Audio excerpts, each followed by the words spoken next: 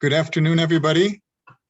I'm Dudley Andrew, professor at Yale in Comparative Literature and Film Studies, and I'm here to introduce this session brought to us by the Council on Mideastern Studies on Iranian cinema today. I'm especially pleased to be able to do this because the Council has been extraordinary in supporting Iranian cinema at Yale since I've been here in the year 2000, all the way these last 21 years. I really want to honor them for that. It made a big difference in the class in world cinema that I've been teaching for those years, where I've emphasized Iranian cinema a great deal.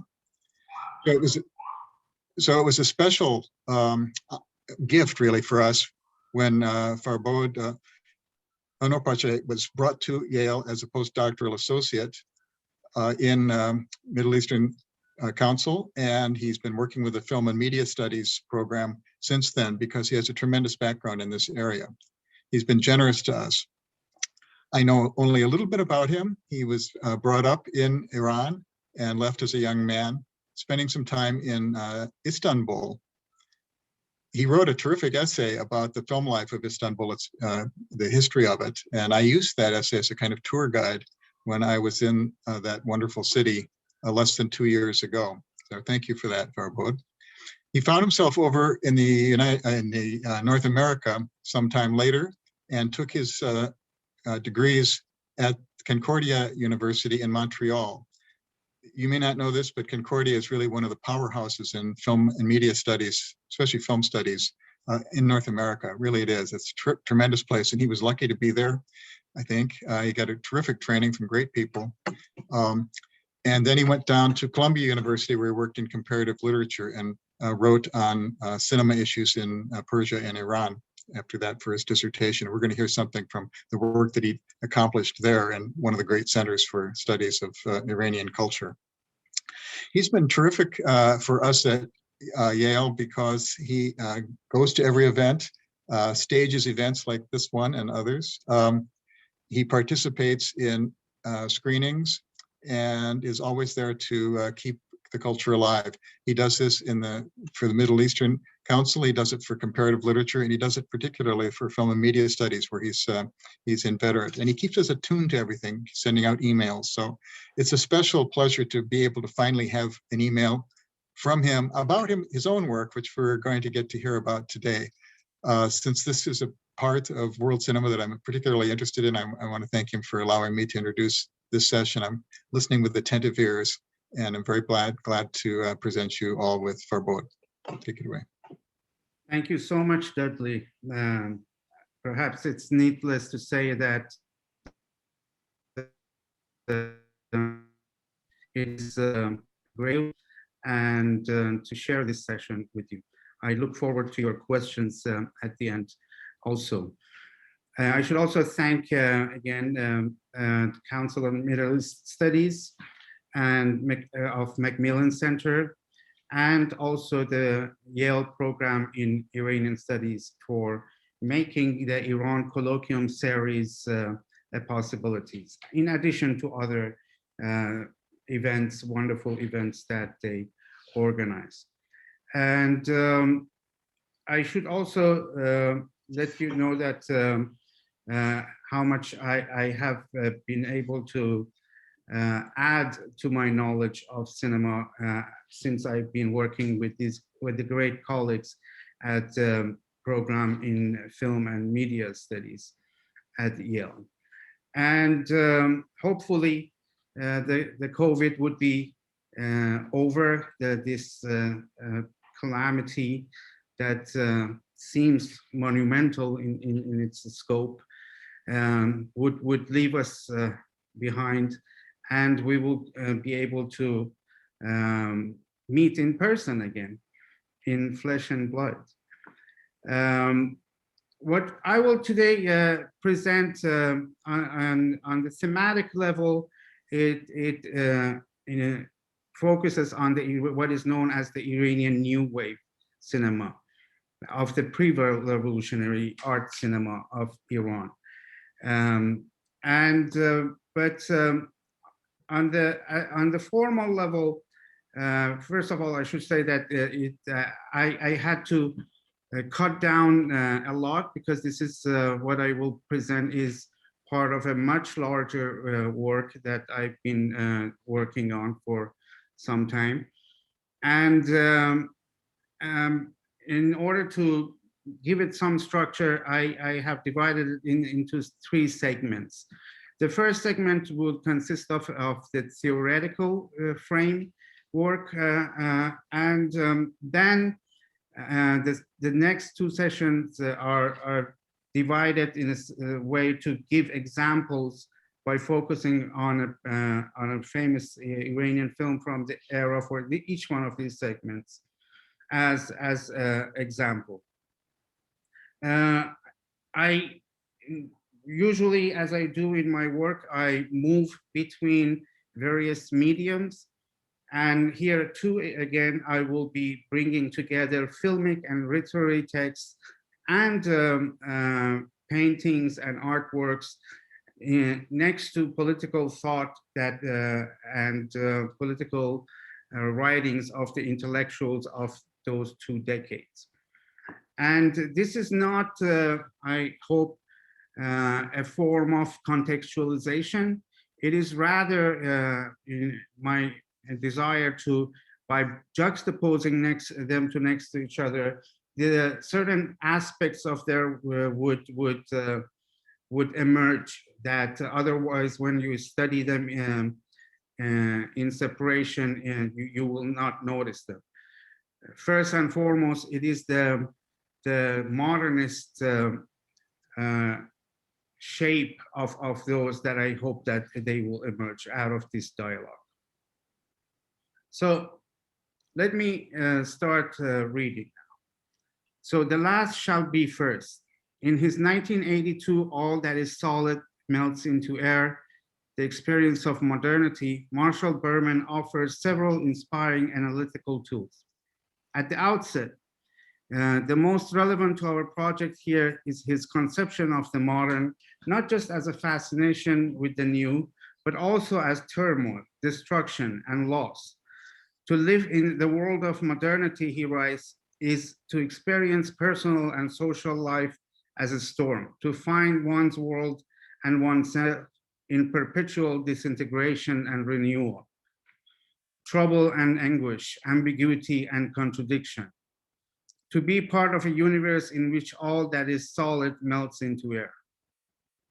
In time, I visit and analyze some of the key and some lesser known writings of the public intellectuals of the 1960s and 70s.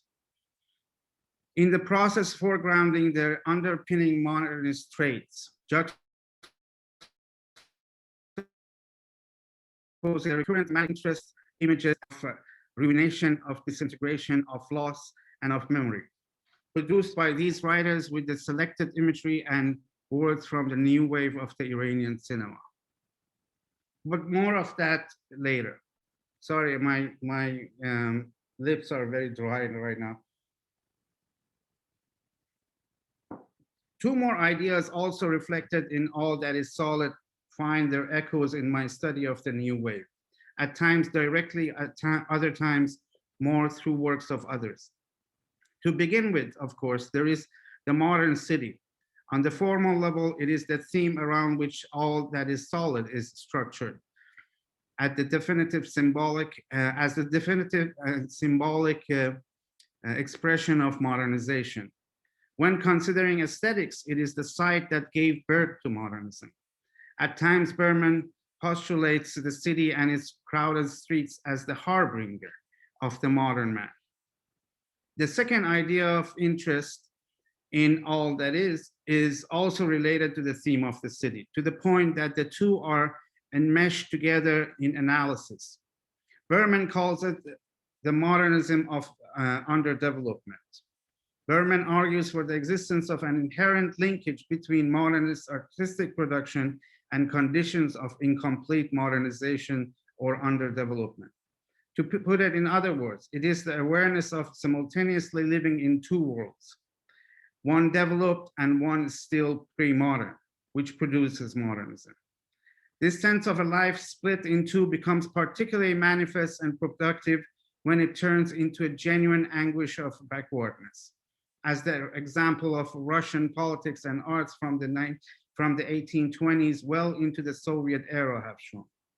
That period in Russian history, then Berman observes, can be seen as an archetype for the non-Western parts of the world during the 20th century. In that 100 years or so, Russia wrestled with all the issues that African, Asian, and Latin American peoples and nations would confront at a later date. That the Eurocentric and deterministic underpinnings of this statement and others like them in all that is turned this otherwise very interesting account of the dynamics of early modernism into a story of expansion, linear and unidirectional, is of course worthy of note here. But it is even more important to note the peculiarly unabashed normativity which produces generalities and hierarchies of this kind of differentiation. Still focusing on Russia, Berman writes, in relatively advanced countries where economic, social, and technological modernization are dynamic and thriving, the relationship of modernist art and thought to the real world around it is clear, even when, as we have seen in Marx and Baudelaire, that relationship is also complex and contradictory. But in relatively backward countries where the process of modernization has not yet come into its own, modernism, where it develops, takes on a fantastic character because it is forced to nourish itself not on social reality, but on fantasies, mirages, dreams. What Berman calls modernism of underdevelopment makes a return in Frederick Jameson's A Singular Modernity, essay on the ontology of the present, a book from 2009. A modernism of incomplete modernity, unlike Berman, however, even though not discussing the matter in detail, Jameson is very clear in his proposition that aesthetic modernism fundamentally is a byproduct or a situation of incomplete modernization. And here too, one can find the two dialectical and consciously dualistic groupings of city and country, and advanced and backward. The disparities between the big industrial urban center and the peasant countryside are experienced in terms of time. They create distinct temporalities. This is Jameson's words. This peculiar mode of experience Jameson suggests in engagement with Althusser and Bolivar is heightened during times of transition. Again, reminiscent of Berman in all that is, this hypothesis offers expensified modernist cultural productiveness during certain historical periods is likely places in some likely places, Dublin, Ireland, before Cambridge, Britain, American South exporting its vocabulary to both the American North and Britain, the Soviet Union ahead of Western Europe.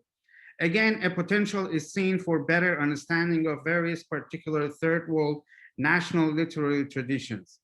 The term modernismo, Jameson reminds his readers, was first publicized by the Nicaraguan poet Rubén Darío in 1888, ahead of Spain or France. Raymond Williams's writings, his body of work overall, and the two books, The Country and the City from 1973, and Politics of Modernism Against the New Conformists from 2007, put together in 2007, in particular anticipate the issues and debates brought up here so far. First, the image of a disappearing world, looking at the specific field of English literature in the country and city, looking at it in a downward movement back in time, as though in an escalator, and wonderful trope by Williams, points to the constant reappearance of a disappearing world. In his critical project, the historians glance backward, even beyond the time period generally accepted as the modern, encounters and re-encounters a general perspective in each era. In Williams's own words, quote, And then what seemed as old order, a traditional society, keeps appearing, reappearing at the bewildering various dates. In practice, as an idea, to some extent based in experience, against which contemporary exchange can be measured. Can we have the next slide, please? The three problematics of the metropolis and that of the special relation with modernism slash avant-garde were taken up by Williams in The Country and the City and Politics of Modernism from a number of angles. For instance, William lays out some of the recurrent themes of modernist literature: the city as a crowd of strangers, the figure of isolated individual, urban crime and the figures of the criminal and the detective, the character of the detective, and finally, the city as a site of not only alienation, but also of new kinds of human solidarity. And these are characters that you could find them also appearing throughout Iranian New Wave films, particularly the character, the stranger, the isolated individual, and the small criminal character.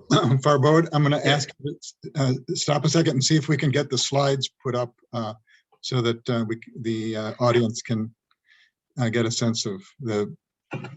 Here we go. Okay. Okay. Right. So can we go on to the next one, please?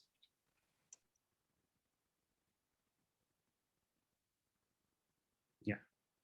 But now your screen took over my screen, and I'm not seeing my Word document. Okay, maybe I can, yeah, I can decrease it in size, and here we go. What is more, as though in an act of creative twisting of these very same tropes, Williams analyzes the modernist artists, writers residing, or rather arriving in the big city as a stranger, an immigrant facing isolation and estrangement.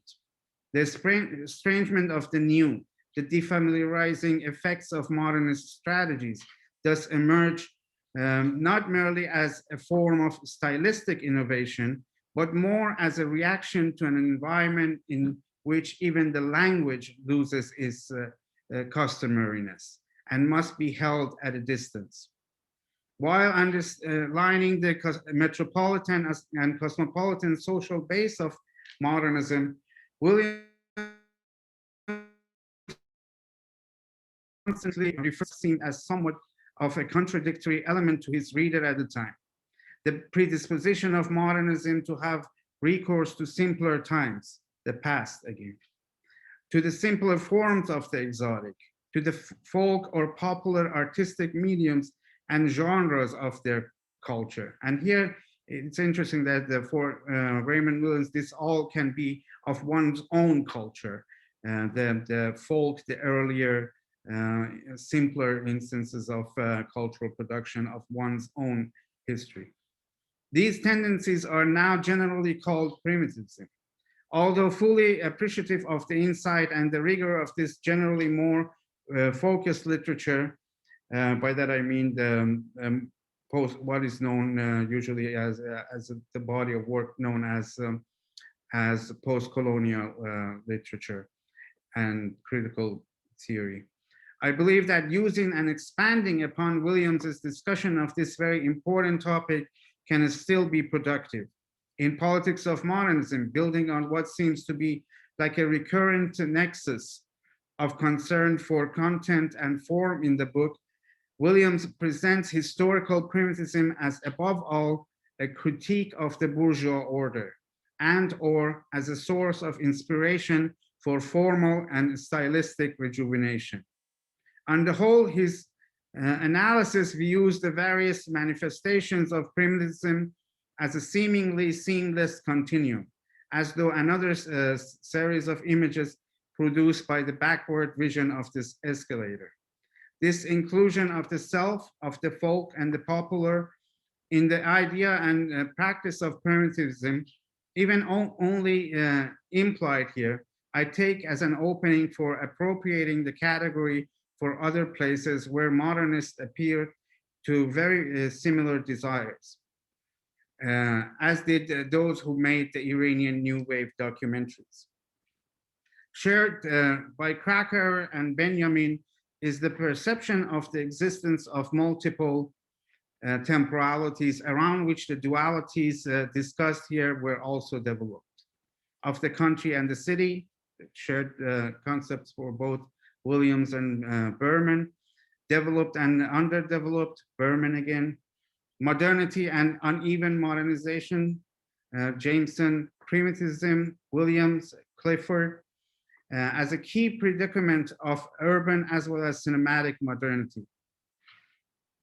One can easily find comparable images from the cultural scene of 20th century Iran, shaped by the ebbs and flows of aesthetic modernism from home and abroad. Fleeting images of melting worlds, of villages in decline, neighborhoods of the everyday, cities, streets, images of the now, of a haunting past. The second half of the century, the gaze toward the past became stronger and sharper, a movement hardly unprecedented and a sign of the time for sure. So I think I would, as a footnote, I would like to tell our moderator, Dr. Andrew, to think about the iris says that one sees in Jules Jim, in Francois Truffaut's Jules Jim. Would that be considered as a form of primitivism in film itself? I also like to now to move on to the very famous film, a seminal film of the Iranian New Wave called The Cow, that was directed by Dariush Merjoui in 1969. Now, until a while ago, usually that year was seen as the starting point of the new wave. But more recent scholarship, to which I myself have contributed to, we have pushed that to an earlier time. In my case, to the time of the documentaries that were being made in the right at the end of the 50s and early 60s. But I think this would be a good example again, this film. From the early 1990s, where the films found their visibility. My screen disappeared for a second, sorry. On the global stage, with the festival circuit as the main venue for this presence, a number of presuppositions about this new national cinema became prevalent. The foremost among these was the Iranian film plots, mostly that they take place in rural areas, that for most part, they are played by non-professional actors. For some others, however, those with access to more information on the state of the Iranian cinema of the time, this was a distortion of reality, primarily based on an assessment of limited data, the small number of films reaching international festivals, and so on. They argued, justifiably, of course, that these artful depictions of the rustic life of the country represented only a fraction of the large output of the Iranian film industry. What was absent in this debate, though, was that the fascination of the Iranian art cinema with the countryside, as it was the case with many of its counterparts around the world, was fashioned long time ago in its formative years. Can we have the next slide? As I remember it, I'm not sure now where would be the next one. Yes, thank you. The previous chapter's discussion of the ethnographic documentaries provides a fitting founding for this chapter's main concern, the new wave and its countryside. Both categories are built on a particular discourse of temporality, a belief in multiple temporalities, that is. The rural is a place of another time. Both the ethnographic documentaries and these feature fictions of the rural deal with vanishing ways of being, vanishing worlds, really. In the case of the country, more specifically, as William so observed in The Country and the City, the idea of the rural always appeared entangled in a play of contrast with that of the metropolis. As I see it, this dynamic relationship can be found in the case of the Iranian New Wave Cinema and within modern Persian literature. It was staged in diverse ways, once as a form of the country blocking out the city, for example, as in Merjui's The Cow, once as the latter destructively infringing upon the former, as in Merjui's 1970 film, The Postman. The desire for the real sets down its marks still, particularly on celluloid. That is a kind of relationship, a relationship with the materiality of the world, if you like, that does not completely diminish, no matter how sophisticated our critical distance might be. As Jane Gaines convincingly argues, the appeal to the real, whether as a strategic rhetorical move functioning as a form of social positioning, or as a specifically filmic interpretive foregrounding of the more real, to be distinguished from a critically naive faith in empirical reality. It still makes a difference on the larger social sphere, on the screen, and on the reception side, bodies of the viewers, for example. In step with this argument, reworking of Krakauer's statement, what the camera captures is more real than reality itself, I will use interpretive strategies to put emphasis on the more real in the filmic images I will take out for examination. This task of underlining the photographic register's iconicity will therefore be undertaken whether I agree with the film's characterization as realist or not.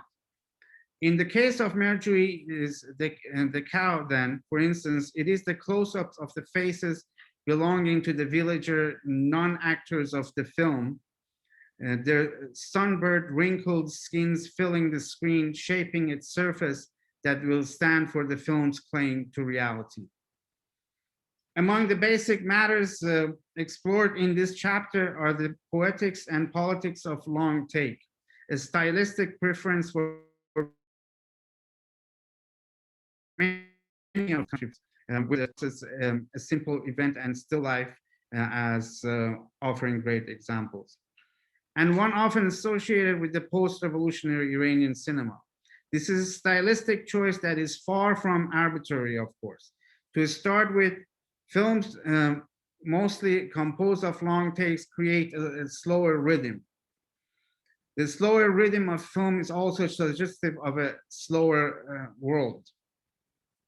Also, a shot with longer duration, when uninterrupted by such cinematic means as optical manipulation, advances the spectator's ability to see and feel the materiality of the world filmed. The discussion of long take aesthetics here then is about the photographic image's tactility as well as its iconicity. Alongside the theme of the long take, I also consider the accompanying audio tracks of films and examine the sound-related issues of recording, dialogue, noise, and silence. Dariush Merjoui's The Cow, the most celebrated film of the Iranian New Wave, until recently at least, is perhaps the ideal film to start the discussion. The first feature-length fiction film discussed in this study, it is still a film with subtle links to ethnography, and therefore carries a connection with the previous chapter. The script is based on a story from the 1964 novel, The Mourners of Yale, written by Saadi. a well-known author of fiction and stage plays. Contemporary to Al Ahmad and a friend of his, Saadi too was an avid producer of folklore studies and ethnographies. The Cow opens with a title sequence composed of overexposed positive shots in black and white, blurry, distorted, and abstract. Can we have the next? Thank you. These shots show the contours of a human figure, an animal, and the soil they stand on against a blackened sky. Everything is reduced to bare minimum. In line with the elementality, the letters of the titles appear as the coarse handwritings of a child. The music played with a combination of Iranian, like santur and tar, and Western instruments, flute, is classical Persian, but with an unconventional, some would say modern composition and arrangement. The title scene is followed by a series of faces, mostly close-ups looking towards the camera. The title sequence and the opening scene establish a number of features that shape the film to the end. First, there is the will to discard, both in its narrative and its visuality. The Cow shows a disposition for shedding away the non-essential, to the point that what remains is only the determining outlines of the story or image, nearly bare bone. This barrenness starts with the name of the film and continues from there. Instead of resulting in simplicity, however, the film's fascination for austere structures produces a form of stylization. These austere sets, especially those in the exterior shots of the village, contribute greatly to the film's particular and hard to forget look. This eminence of the architectural atmosphere was already on display in the book that the film's script was based on, Saadi's The Mourners of Bayat. The walls, the houses, and the alleys they create are all made of what seems to be mud bricks covered with a coating of mud plaster. This material is formed into smooth and curvaceous surfaces. This material, as dust, as dry or wet soil, is also everywhere on the ground at the courtyard and the alleyways of the village. The adobe soil is, of course, the most common element used in Iranian buildings. It is used as bricks and plaster. Until recently in rural Iran, particularly mixed by hay material. In their earth-like tone and texture, and in their association with the homes of the down-to-earth people, these materials of construction and stand for authenticity in architecture and in culture. Can we have the next slide, please?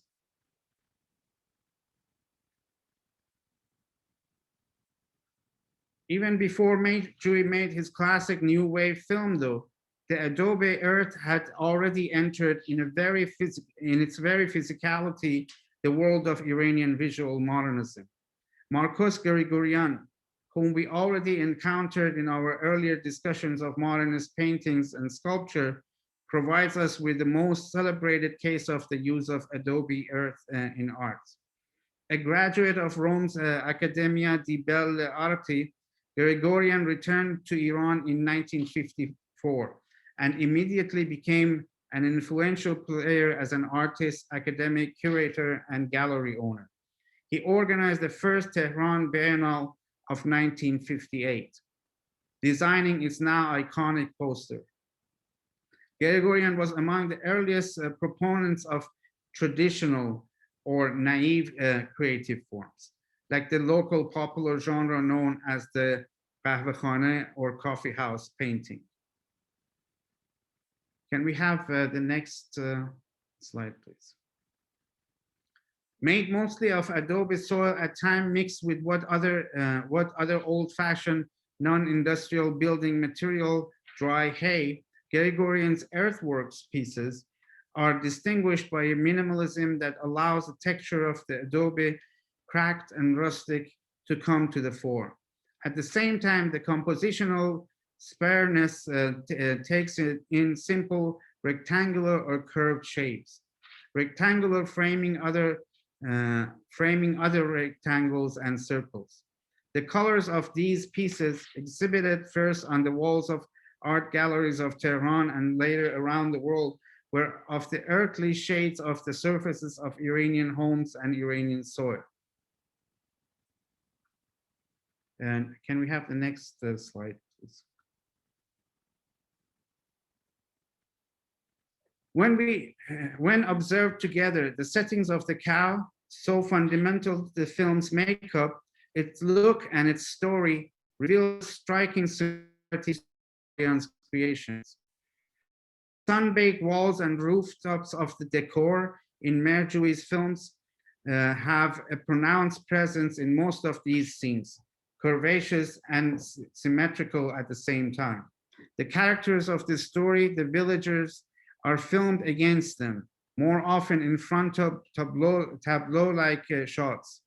The facade of the humble homes crafted out of these walls and roofs are also symmetrical, complicated by curves of windows and arches.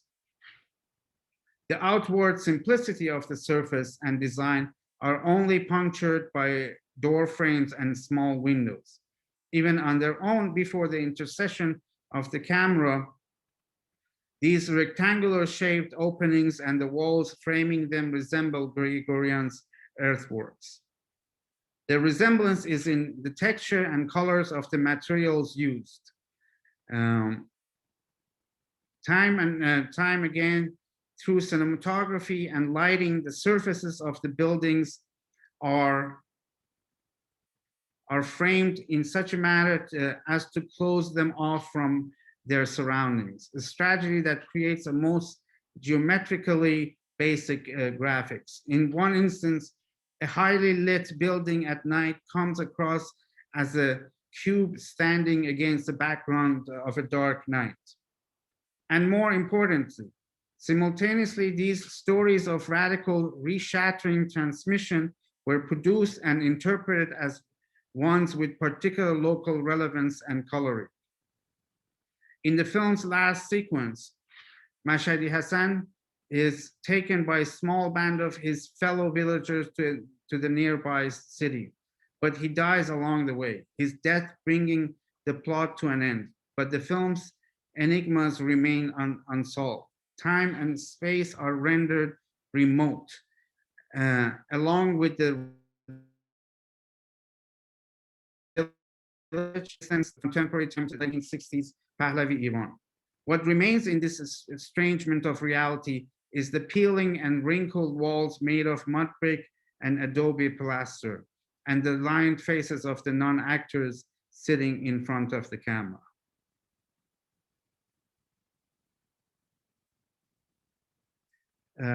I think to show concern for time, I will now move on to the next film that is going to be an example of the city films of the Iranian New Wave Cinema.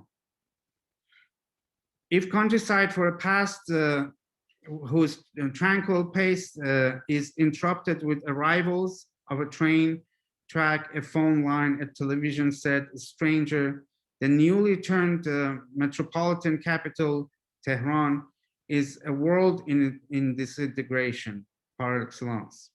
It is an assemblage of light flooded boulevards and boutiques, traffic, shoppers, crowds of strangers. It is within this framework of uneven development and temporalities that the discussion of the cinematic capital of Tehran would take place. In this Tehran too, the country plays hide and seek with the city, as Benjamin once observed of Moscow.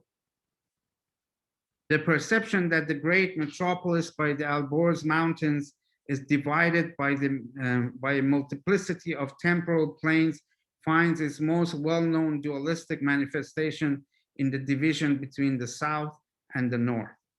In many regards, this is a split that projects inward the already existing division between the rural and the urban.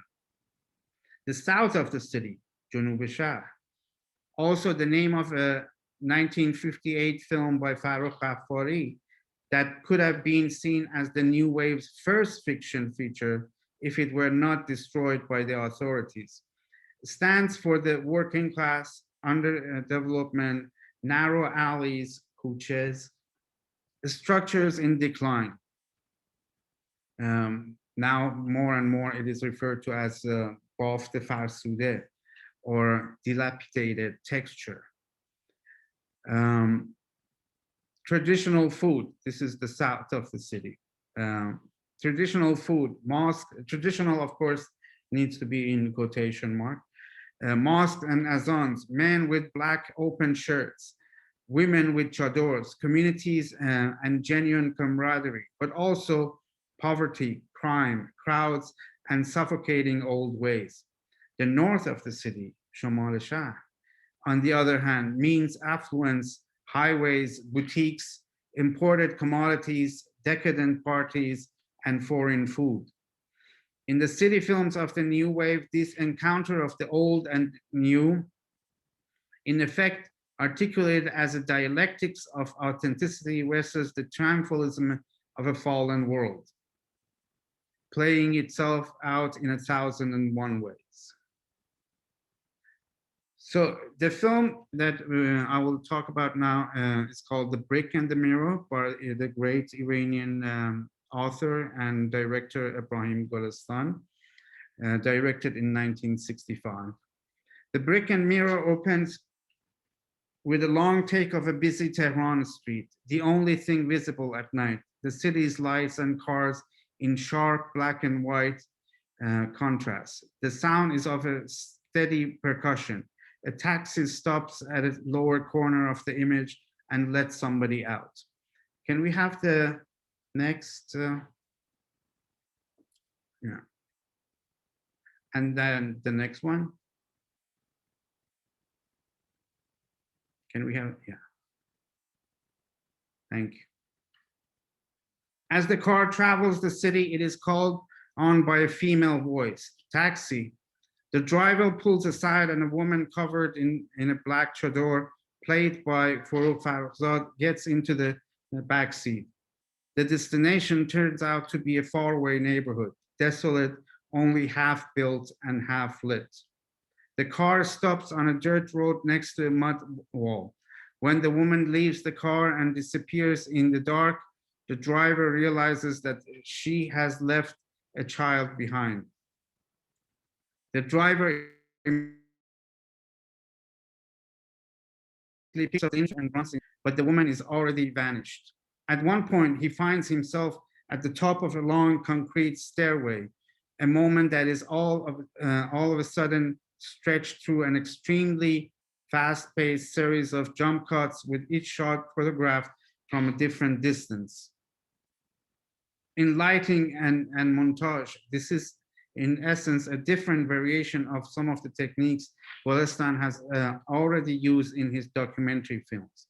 More specifically, the high contrast cinematography and the quick editing of shots with similar content evoke particularly the segments from his documentaries placed in the category of museum films, wherein objects appear animate on the screen.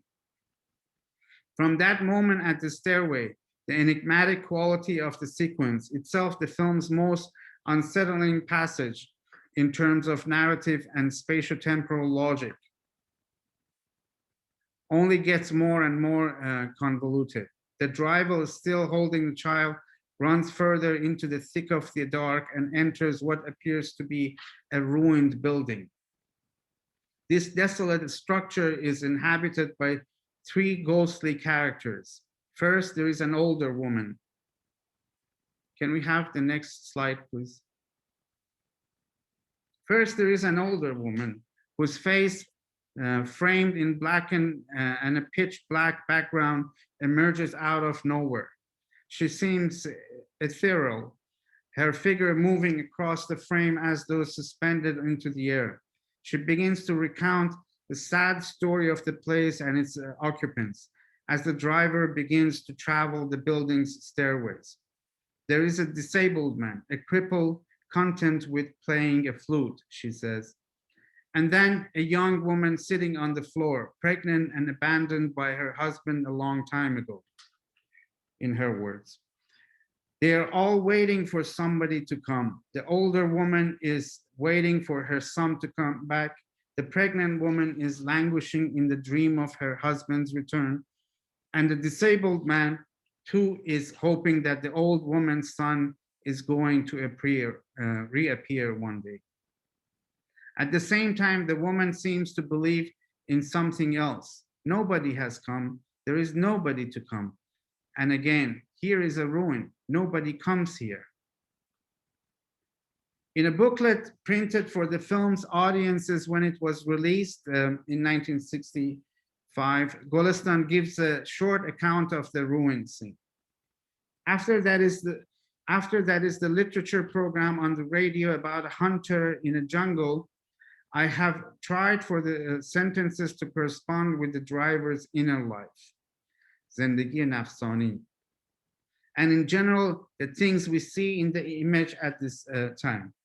When the driver enters the ruin, the forms of the old woman's appearance in the thick darkness and the stories she tells and the stairs that appear in an illusory fashion behind him.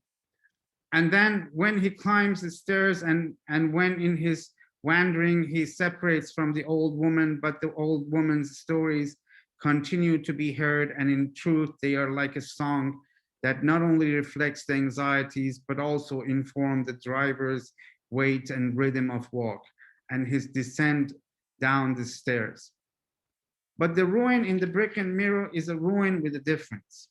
Golestan on different occasions has used the same term as in his written words on the on the film just quoted, while also contesting the designation at other times.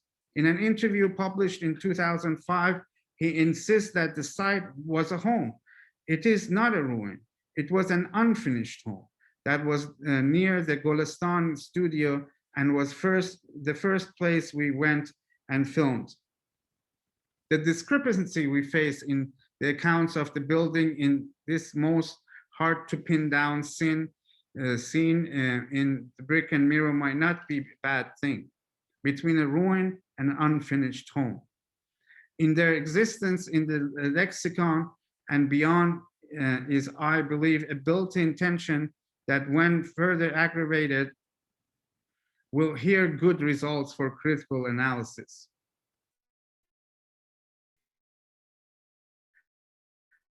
The structure where we watch the driver explore and leave more disoriented, it certainly shows some of the characteristics associated with ruins.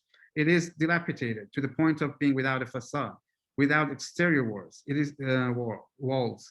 It is covered in dust. It's different floors, like different layers piled on top of each other, as in an excavated site. It is not supposed to be a place for humans to live in. It stands apart from the surroundings, as though out of its time. An unfinished structure, though, distinct from the ruin, looks for the future.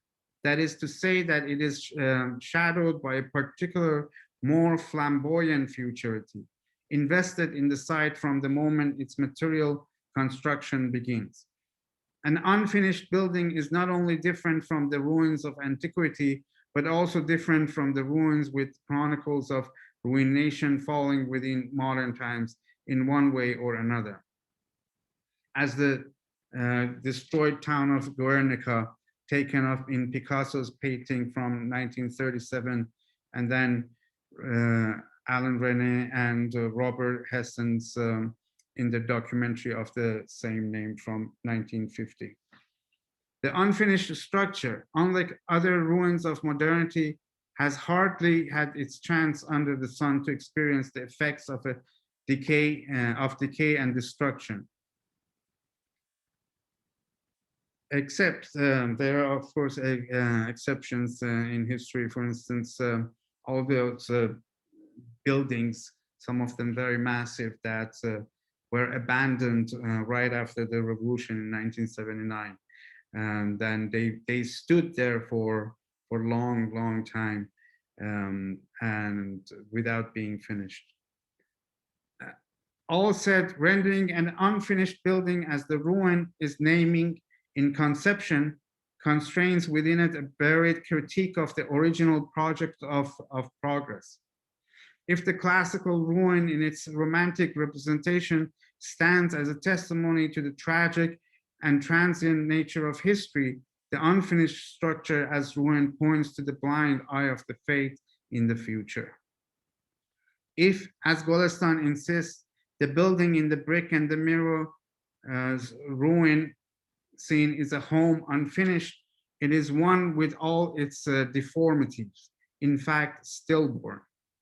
The skeleton of the structure is made out of bricks and metal, but unlike the great monuments of modernity, has no facade and no utopian claims. The stairways cut across darkness, connecting the different floors. The driver with the child in his arms transverse them, only to find out that each layer holds very little except stories of separation and sorrow. The old woman, her figure and voice, progressively disembodied, her last word narrating their history. Poor souls, they still are hopeful, but nobody is coming back. Here was once a farming land. One day they came and sold it. The wheat and barley were ready to seed. But one day they came with steel, they dug for foundations, they filled with concrete, they built walls. Everywhere, constantly built walls. And this one who wanted to build a house, they suddenly said, stop. They suddenly said, stop. It's many long years ago, not a courtyard pool, not a kitchen, not a room, no grain, no barley, no any wheat.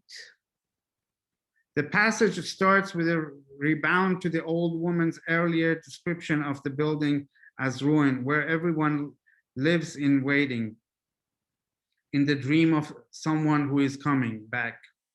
But nobody is coming back, she repeats, in the recurrence of the utterance.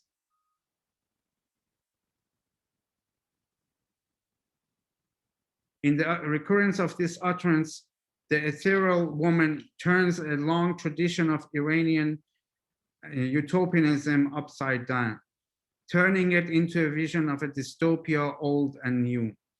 It is well known that Iranians have a special relationship with millenarianism, from their conception of Zarathustra's virgin birth to the Shia's evil messianic movements to the latter-day modern forms of radicalism. Academic accounts abound of this historical bond. From these poems, Forough Farrokhzad's canonic Someone Who Is Not Like Anyone, first printed in 1966, takes up a child's vernacular to mold together a critical portrayal of Tehran, the ideal of a more egalitarian society and the possibility of messianic hope. In the midst of the brick and the mirror's ruin, though, if there is hope of a return of someone, it is a symptom, most probably a cause, of stagnation and decay. The usually future-oriented ideal of waiting, intizar in contemporary Persian, the anticipation of renewal, through the reappearance of the one who is coming, is turned against itself. Its forward look turned into a suffocating stillness. Here in the brick and the mirror, the creative discursive strategy brought upon the utopian idea of the Messiah is a match to what the unfinished building is in the realm of ruins. Here was once a farmland. I have only, I think, 2 more pages to read. Thank you for your patience. Here was once a farmland. One day they came and sold it all. With these words, the old woman recollects the past of the ruin or the unfinished home, where the waiting souls lived. The place was once a farming land with blooming greenery, but one day they came with steel. With the proliferation of steel and concrete, walls and walls were erected. These verses, mournful and multi-layered as they are also a tale of the arrival of the city. The moment of separation and disintegration, her voice tells, started when the green lands were sold and changed into construction sites. One can find allusions to this moment of the city's arrival, or its expansion in this case, across the literary and cinematic scene in Iran, appearing time and again. From those, Golestan himself provides us with an example. One also sheds some light on the mentioned farmland of wheat and barley in the brick and the mirror. It should be remembered that before being a filmmaker, Golestan was an author, particularly known for his short stories. In 1968, he wrote these words from the point of view of a young boy in one of his lesser-known short stories called From Bygone Days Fable. Tomorrow, when I was going to school, this is from the point of view, and this is the commentary by a young boy from that story. Tomorrow, when I was going to school, I saw that our new home is in the street, but it is not really a street. It is a line of stone and clods of soil with few houses scattered all around, nearly fields of wheat and barley. The plain seemed familiar to my eyes. Wasn't this the same place that me and Baba, the family's old servant, is called that here, would come riding in for sightseeing? In the brick and the mirror, however, in the long years since the moment of destruction of the fields, not even the promise of providing homes to the land's new dwellers were fulfilled. At the end, there were no places left for they could realistically call home, only memories of a green past, not a courtyard pool, not a room, not a kitchen, no grain, no barley, no any wheat. The ruin scene in the brick and the mirror might be the only passage in the film conjuring up a pre-urban past, and as such, it carries a particular weight. This is a singular significance that I would further magnify as it relates to the principal premises this project is concerned with. 20th century cinematic literary modernism in Iran, how it reflects of what Jameson calls a situation of incomplete modernization, and the place of the city and country in the schema as Williams would have it. In the cinematic depiction of the films already exist in ruin or the unfinished, as I discussed earlier in the introduction, Jameson sees the simultaneous existence of these two particular temporalities as a characteristic condition of the transitional epoch. He writes in a singular modernity, and this makes for a world that is still organized around two temporalities, that of a new industrial big city and that of a peasant countryside. In this transitional era, people, but it would be better to say intellectuals and the writers and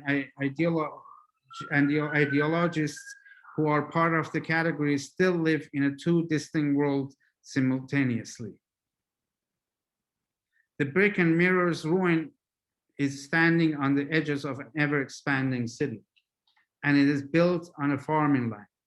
The walls of the city that emerged from the destruction of that pre-city land not only divided people from each other, destruction of organic community, in brackets, but also fractured the temporality of the place. The two distinctive worlds created live simultaneously side by side in their materiality as well as in memory. I think I should stop here, so for us to have time for Q&A also. And we missed some of the slides. And I was going to show you a clip from the Brick and Mirror, but just as I was going to prepare it today, it turned out that YouTube had just taken it off the air because of new copyright claims.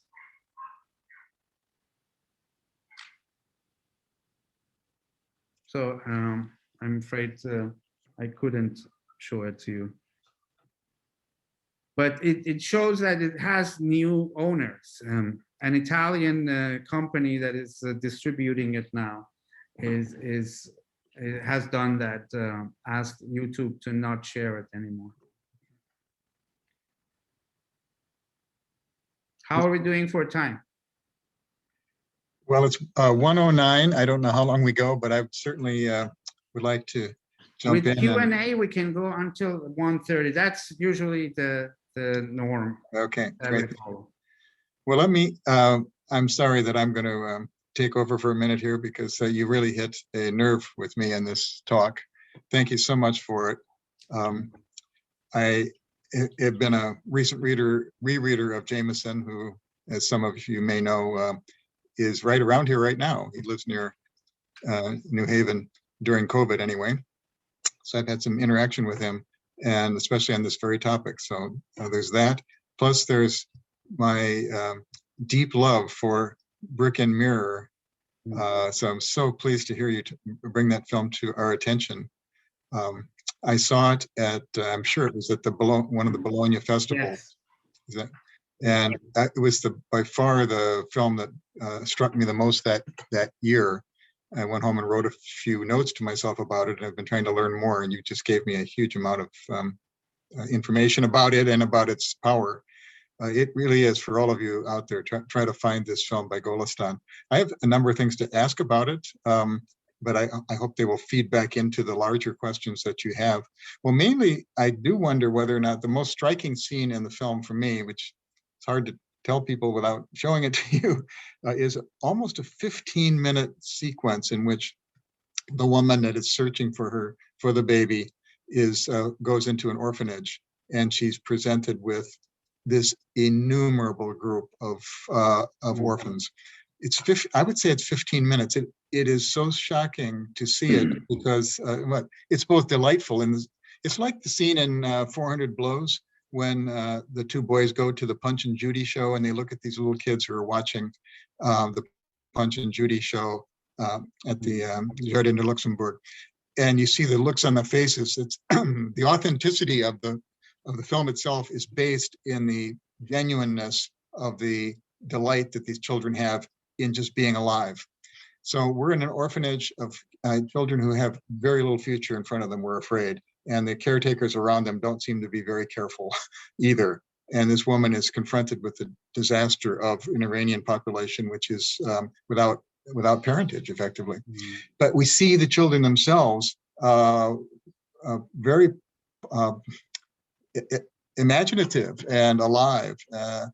And what struck me about it is also that there are quite a few who are deformed. There are physical deformities, which is shocking to see in a film in any country in the 60s, for sure. So I wonder whether or not the Unfinished Modernity project can also be seen even in the children themselves, that we have in Iran. It's one of, as I recall from my geography studies, is one of the most useful cultures, societies in the world at that time, and remains so for a long time. I don't know what the situation is now. Great many of very young people in it, and quite a few of them evidently without families to organize their future. Anyway, in the city, it's a world in which it looks like there is a world in which there are children who have been abandoned in taxis and elsewhere, as in this film. So I first am interested in that question, and I want to relate it to a cinema question, which is my field. I wonder whether or not your talk made me think that maybe Golestan thought of his own movie, his own film, and the films of his comrades. The intellectuals are starting to make films like The Cow, or would soon do so, as being part of an unfinished modernity. Did they think of themselves as trying to create in their own Iranian situation a modern art out of some past art? Can you apply the allegory of your own discussion of the subsistence of the rural or the rustic inside the modern? Can you apply it to the cinema and say that these filmmakers were hoping to use the potency of what in another case you call the primitive, but in any case the folk and the popular, to their own cinema, and thereby perhaps have an advantage over the more completed modern cinemas of Europe that maybe were what they were looking forward in a kind of sense of the world cinema judges being in Paris or at Cannes or in Pesaro, where this film showed, in Italy, or in New York. So I've got a couple more questions in that order, but I thought I'd just start with that question of the unfinishedness, either in the children or in the cinema itself in this film. Well, I think the sense of unfinishedness is something that modernity has to produce in order to give definition to itself. You are modernizing because there is something left that is not modernized yet. So in a sense, that's what I think Williams understands so well, that it becomes a recurrent thing. It moves further and further. So, and what would be considered modern during the 50s, now it becomes like sort of our past in a sense, and it can return as that. As for, it's hard for me to tell what Golestan thought in relation to children, but I could say that as a whole, the society was at that time, so is now to some extent, is so much invested in pedagogy, in educating children as the sort of, they are the vanguard of the future, if you want to call it that. And there were so many institutions that were created around that, educating children and so on. And that has left its mark on cinema also. The Institute for the Intellectual Development of Children and Young Adults, that was in the late 60s. It was opened and organized by Abbas Kiarostami and Ibrahim Fouzesh at the time. And it led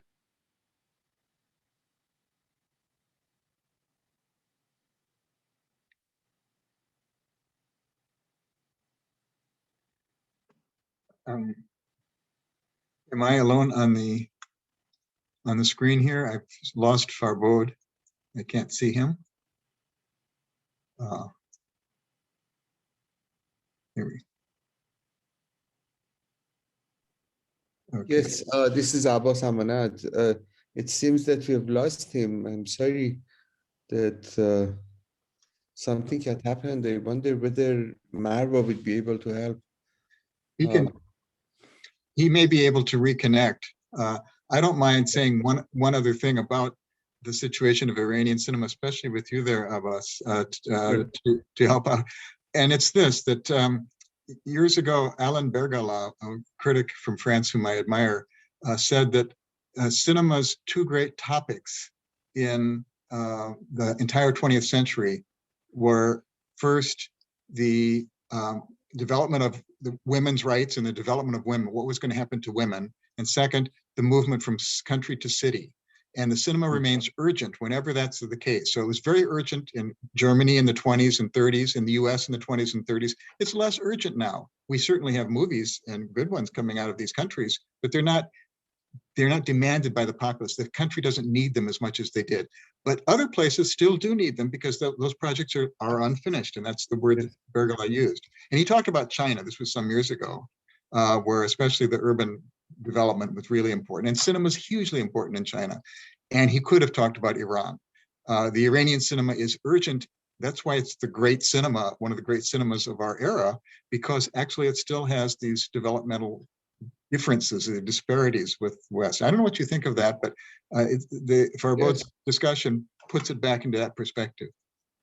Well, I very much wished that he would have been here to also express his own perspective. But it seems to me, yes, we are absolutely right. The period that he's discussing, 1960s and 70s, is significant because that kind of a big movement from the countryside to cities happens. And this comes along at the time when there is a land reform measures by the Shah's government that basically provided new incentives for the excess population in the countryside to come to the cities. And obviously it became a very popular theme with many of the intellectuals of the opposition, authors, filmmakers, poets, all of them engaged in this issue of the fate of the villager who comes to the city and the villager who stays back, as in the case of Gov. And this whole idea of alienation that is associated with this dislocated population. I think it was a very significant theme throughout the latter part of the 20th century, particularly 1960s and 70s. And in effect, also important because it's a reshaping of the, one might say, notions of modernity in 20th century Iran. Whereas in the earlier generation of Iranian intellectuals, filmmakers, you would see that the emphasis is on the concept of progress, is on the concept of class structure, class conflict. By the 1960s and 70s, it's this idea of a nostalgic past that has been lost and the authenticity that has been lost. And the peasants in the countryside is portrayed as this authentic Iranian who is now being dislocated and alienated and lost in the city which doesn't have a character anymore.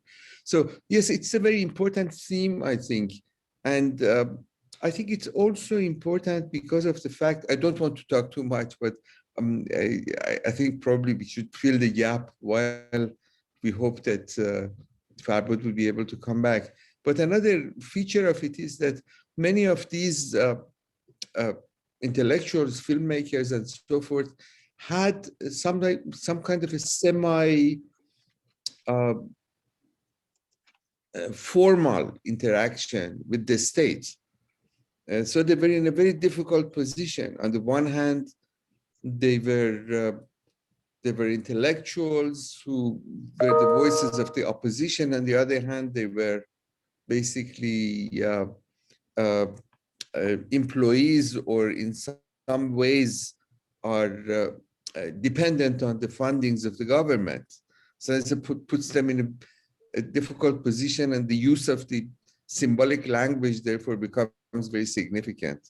How you would put your message across without getting into trouble in a state which becomes much more in the 60s and 70s repressive as far as the intellectuals are concerned. It's a little ironic that the one Iranian whom I knew from that period was in fact very prominent in the government, and he was a fantastic modern film critic. This is Hoveyda. Faridun Hoveyda, That's whom right. I knew personally fairly well, actually. Yes, yes, And yes. he's one of the great critics for the Cahiers du Cinema and the French New Wave. And I don't know if he interacted with his own country's cinema in the least. Well, to some extent, although he remained a kind of a curious figure who was prominent, as you pointed out yourself, in both critique of cinema, but inside Iran was less known, was not that kind of a central, since he spent most of his life actually abroad. Yeah, he's a good example of an intellectual that starts probably from, one might say, left or somewhat, in a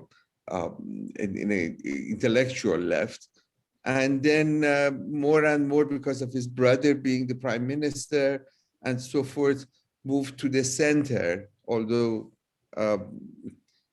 I don't think he was actually that much political, it seemed to me, from what I know of him. I don't know. Yes, here he is. Farbod is back. So, Farbod, what you missed was some discussion of.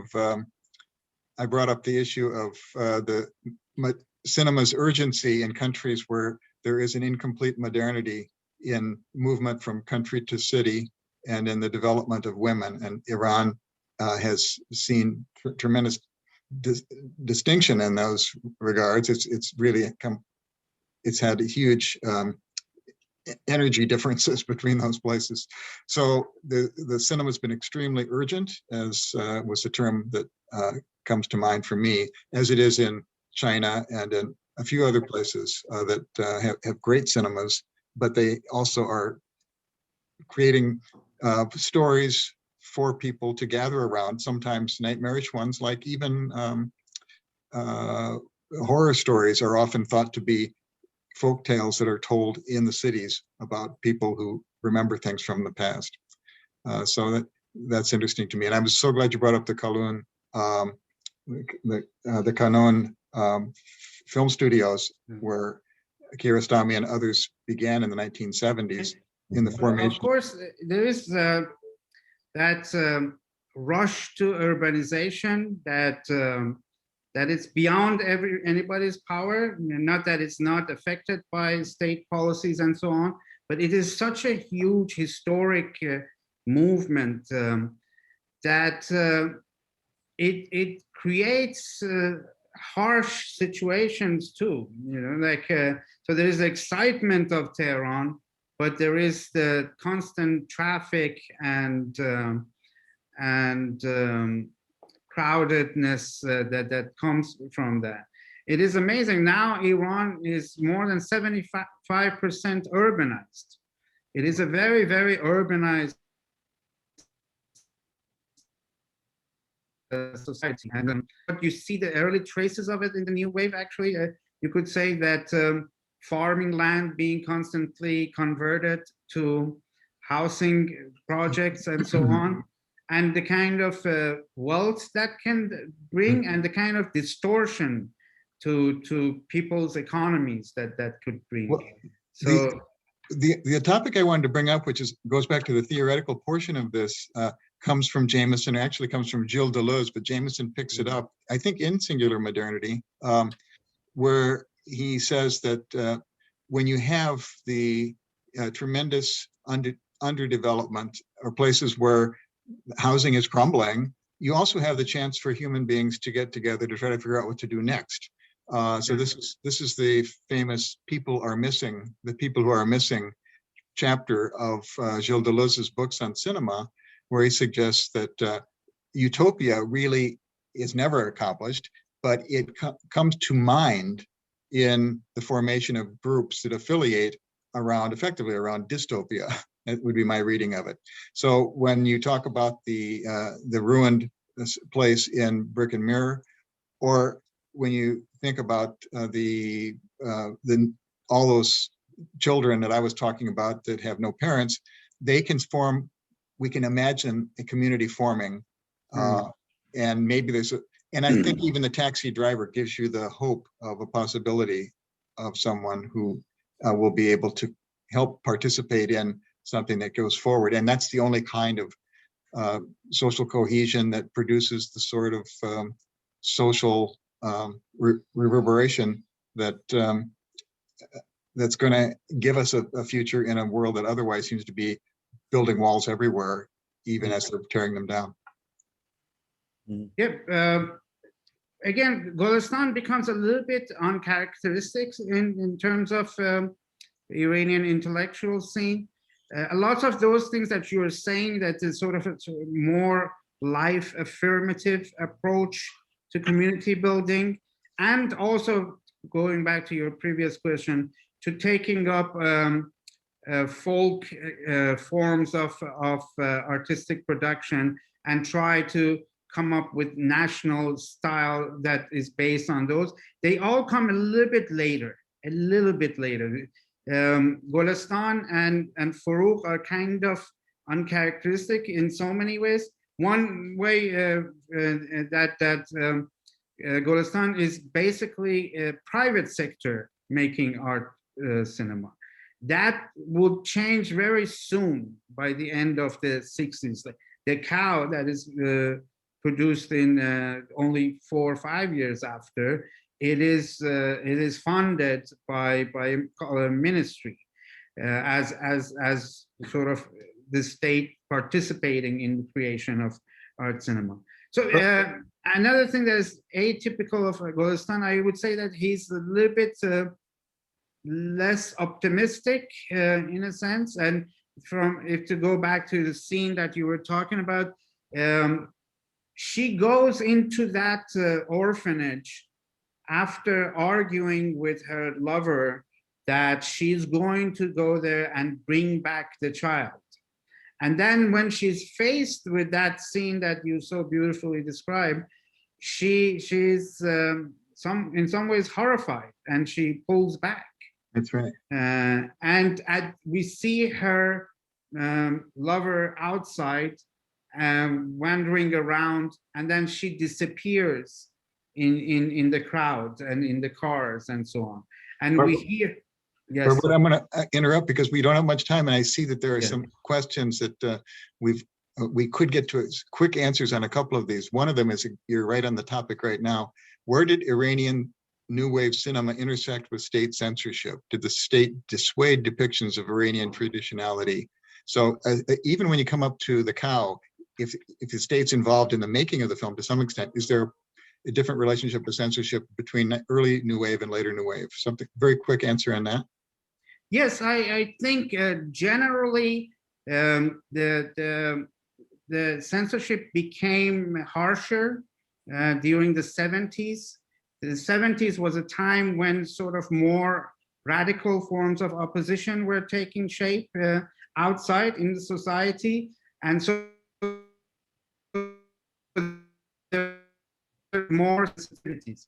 And those contradictions, and you could again pick up the example of The Cow. The Cow was funded by a government ministry, and the same ministry banned it for about a year.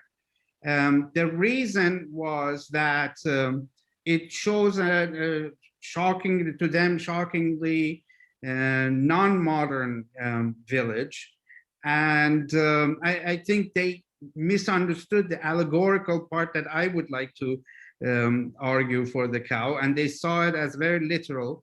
So the problem was solved after, for distribution, that the director agreed to put a writing in the very beginning of the film, saying that this film takes place in bygone times, you know. So sort of suggesting that it's like, if it is so desolate and desperate, it's because pre-Pahlavi era, in a sense,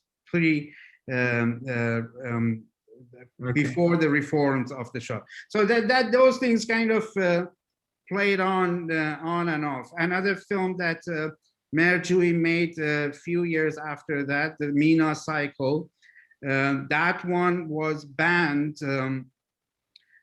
because it was showing how there is a market for buying and selling blood, and lots of drug addicts are involved in that. So the blood being because the medical system was not sufficient enough to produce blood for the patients.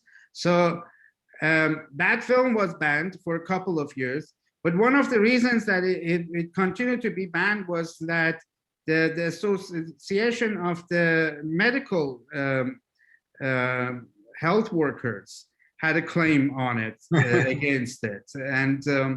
And then the character of the Empress Farah Diwa came and sort of intervened, and they lifted the ban. So it was a, but if one compares that to Turkey also, you could see, especially in Turkey of the 60s, it is the depiction of poverty that is very problematic, sometimes going to absurd situations. There's another question that might lead you from this, and I don't know enough about it to say how far, this has to be quick, but there's a very interesting question here about the site about Film Farsi, and whether or not the huge number of films made through the mentorship of the Syracuse group or the USIS in Iran, all these news and all these news, whether they have, how we go about thinking the modern in Iran with these vast amounts of films.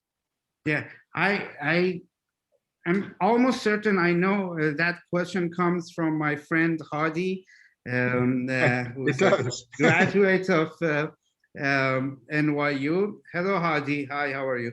So if these are the things we talk about a lot when we see each other at conferences, and unfortunately, I haven't seen him at the CMS this year because it's impossible. I would say that it is of course true that the majority of the films would fit, produced at the time, would fit within the Film Farsi category. Film Farsi was what didn't need subsidies in order to exist, but Film Farsi from the start was attacked by the new wave filmmakers. In fact, the term Film Farsi was dubbed by famous film critic of the time, Houshang Kavusi, who argued that the only thing from our rich culture that you see in these films is the Farsi language, is the Persian language in it. Hence the term Film Farsi. And this was a term that was from the start was meant to look down about that body of popular cinema. But this was the way that the new wave could definition to itself, you know, by against Film Farsi. And the Syracuse group is, I'm sure Hadi in another gathering can tell us more about that. Okay, there are one or two other questions, but we may be, we're beyond the limit that I was told to respect, but yeah. I don't know, Abbas, if you want to. I suppose one of the major points that, or two of the major points that I had in mind has already been discussed, but just very briefly, we would see also in the cinema of this period this great sense of nostalgia for this lost authenticity of the countryside that comes very evident. It's of course being influenced by Al Ahmad, but all these trends of Garbzadegi and so forth. What do you have to say about that? Do you see that there is a degree of unrealistic nostalgia about the inevitability of this move from the country to the city? Well, I think it is impossible. It's a sort of a desire that cannot be satisfied, but I do see it as a part of a global trend. It was happening in one way or another throughout the world. You could say in Japan, in Europe, even the character of somebody like Pier Paolo Pasolini, I would say, shared certain things with that. So in that sense, it is a global thing, but the rest of the world didn't have the revolution that was followed. And I think this is something that I will further develop in other papers that I have. That Al Ahmad is, in some ways, is being a modernist. He's being a modernist writer. And there is a degree of playfulness and ambiguity in his work that cannot and should not be seen in a reductive way, you know. So, but he shares so much with some of these, especially when you juxtapose it with the documentaries of the time and so on.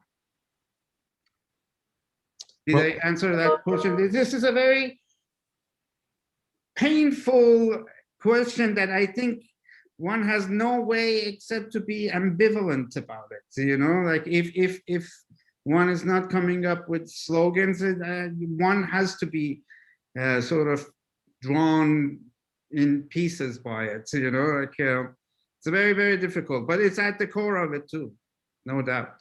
I agree. Okay. Well, I'm glad we got to the core of things at the end of the talk. It was a very illuminating session for me, and I think for. Sorry for all the technical glitches. Well, my screen just disappeared, so. We can expect to hear more from you on the page at least, and maybe we'll have more sessions with you live, and I hope soon in person. So thanks. And for those who could not pose their questions, please find my email and send me your questions. I promise you he will answer. He's very good about that. Yeah. And he will continue to answer for years for it, probably. Yeah. Yes. Thank you. So thank you so much, Dudley, for agreeing to be part of this session. Thank you very much, Dudley. I appreciate it. We'll go to the informal post-webinar session. Okay. Okay. All right. Take care. Thank you. Thank you. Bye.